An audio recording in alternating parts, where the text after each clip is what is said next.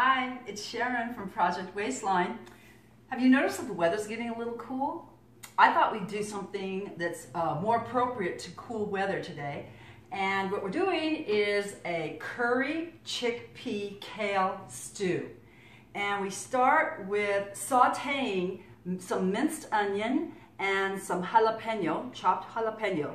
Put that in a pan on the stove, add some garlic, either fresh minced garlic, but if you don't have fresh, you could go with the garlic powder, just put some in to taste, and saute that. Don't add oil, just do it with a little water in the pan, that'll do fine. And as soon as you've got translucency with the onion, you know you're ready to go. So in that same pot, you can add 15 ounces of chickpeas. Now make sure you drain them, and of course you can make them fresh instead of coming from a can.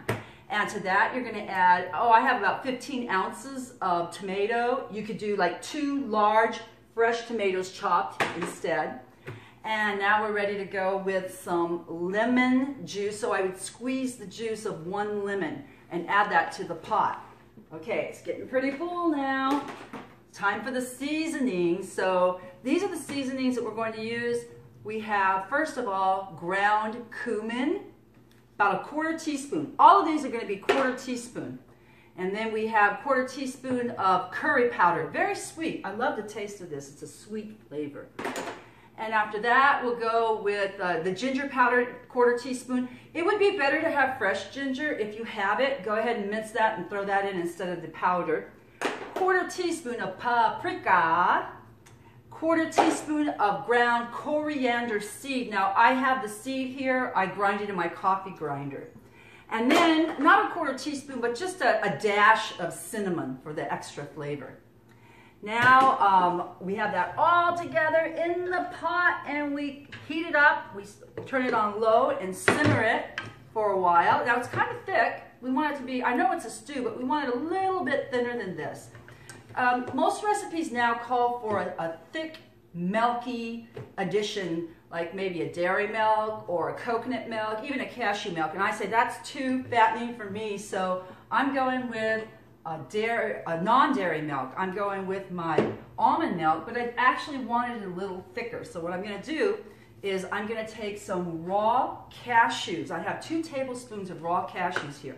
Now, if that's too fattening for you, and sometimes I would say it is for me too, then you want to change that to, you could go with a white bean, drain some white beans, and put in 2 or 3 tablespoons of white beans added to your milk instead. But I'm going to go today with some raw cashews, and I'm going to just blend that up real quick. Just, you don't have to do a thorough blending because you want the thickness in here. I like the roughness of it. I don't want it to be all pure. Okay, so here we go. Just a minute.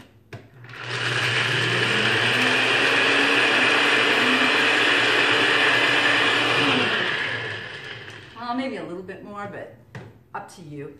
All right, so we take that and we're going to add that. Now, the recipe normally calls for you to add the entire cup, but I don't want it too thick. I still want it to be kind of a stew consistency. So I think what I'll do is I will just add it a little at a time until I get the right. Oh yeah, see, this is going to be more than enough. And look what it does. Look what it does to this stew. It makes it into a cream stew. Okay, so you might be sitting there saying to yourself, all right, I see the chickpeas, I see the curry, where's the green? Where is this kale that you promised us? Well, what I did is I took my rice cooker and I cooked some brown jasmine under here.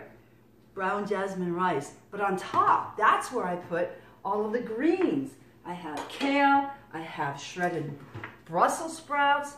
So the idea is, we'll put this right here, we just serve ourselves some of the brown rice.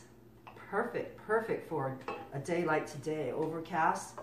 Brown rice.